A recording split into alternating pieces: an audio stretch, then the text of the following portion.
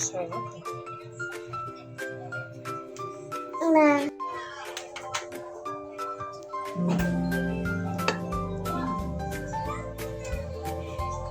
Likod mo gabi, radat lang sa taas ka lang. Diba yun? Okay. Ayan, gagawa tayo ng Alamax chicken.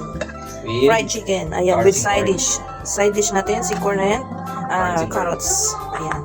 Igisa lang natin yan sa sa butter. Sa butter, yun lang. Yes. And then Ayan, this our mamaya, chicken. guys, gagawa tayo. Lang natin yan for 4 hours. Ayan, nababad mo siya ng sugar and salt, sugar lang yan. And water, yun lang. Ayan, So, papakulan natin siya with garlic and onion. And then some aromatics like paminta, pepper, and ginisa mix. Baka naman. guys. Wala natin yung pagkaka. Gagamit na rin natin papakulo sa kanya yung pinagbabara niya. Yun.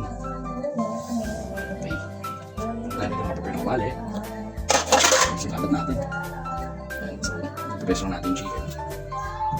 Balisa mo yung kamay ko. So, kinamay na natin. Around 2 kilos to na chicken. So, mga 8 pieces na leg part. Lahat to kaliwa. Sabay-sabay yung pagdala. Lagalan natin siya around 12 to 15 minutes lang siguro para maluto lang siya.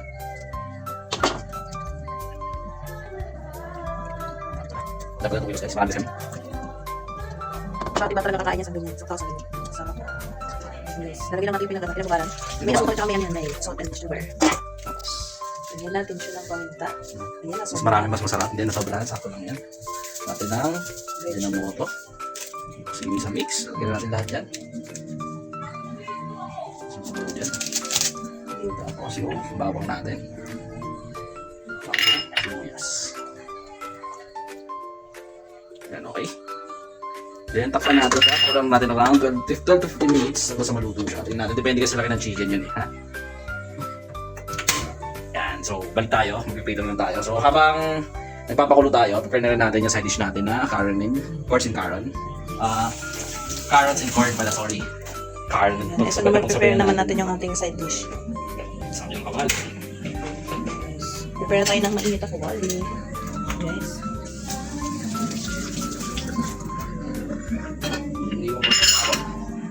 Bawang natin iwan. Sayang yung lasa rin yan.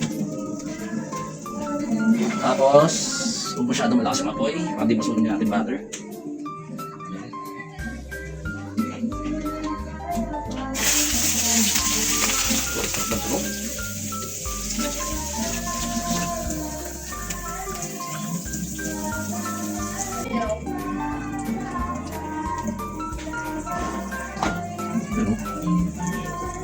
Malaga talaga yan. Magpapatunaw naman.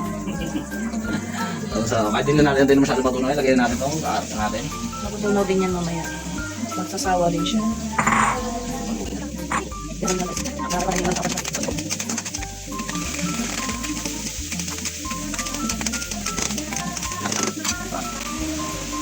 Lang na konti pepper para medyo konting konti lang.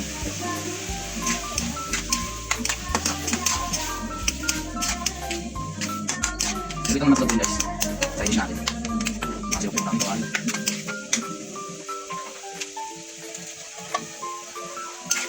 Magkakantay lang natin. Saan maubos yung sa mga corn? Actually, hindi ngayon. Sa wala lang ng corn. May mga corn na. May protein ito.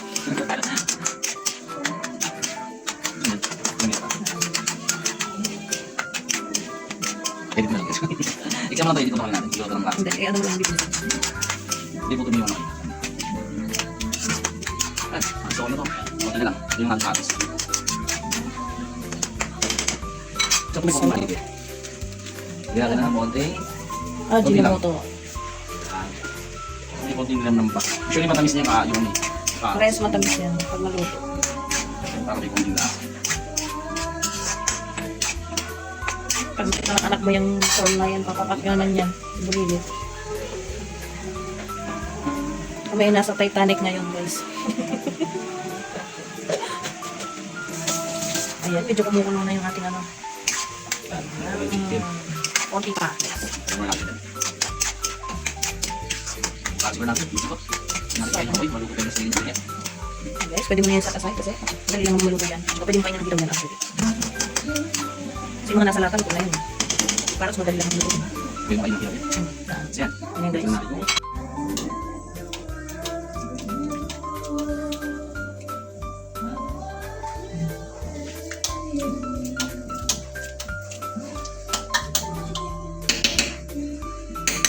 Para medyo may kulay siya, lagyan natin ng konting toyo.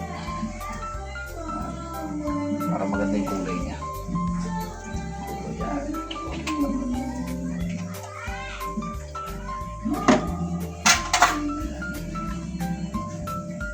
Yan. So, kumulo na siya.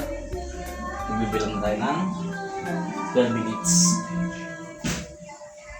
15 minutes natin ang pagpapakulo. So, hahunin natin siya. Tapos, i-rest natin siya for additional 10 minutes bago natin siya prituhin. Ha? Okay? Yan. Hahunin na natin siya. Okay na yan. Careful lang tayo, hindi masira yung balat para maganda siya pag prito.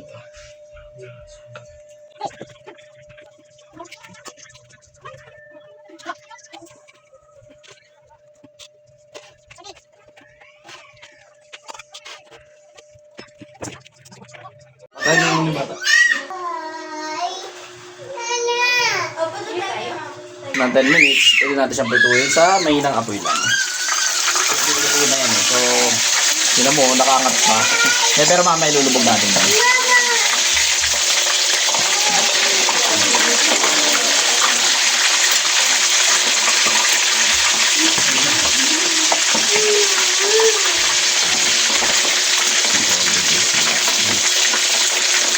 Inuna natin yung ilalim kasi pagka yung balat ang inuna natin, didikit lang sa kawali. Para di masira yung balat. Yan. So, mamang papayad namin sa iyo guys yung finished product.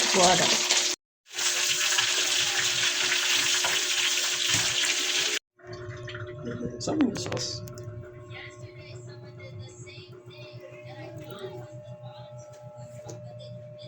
Sa may lababo.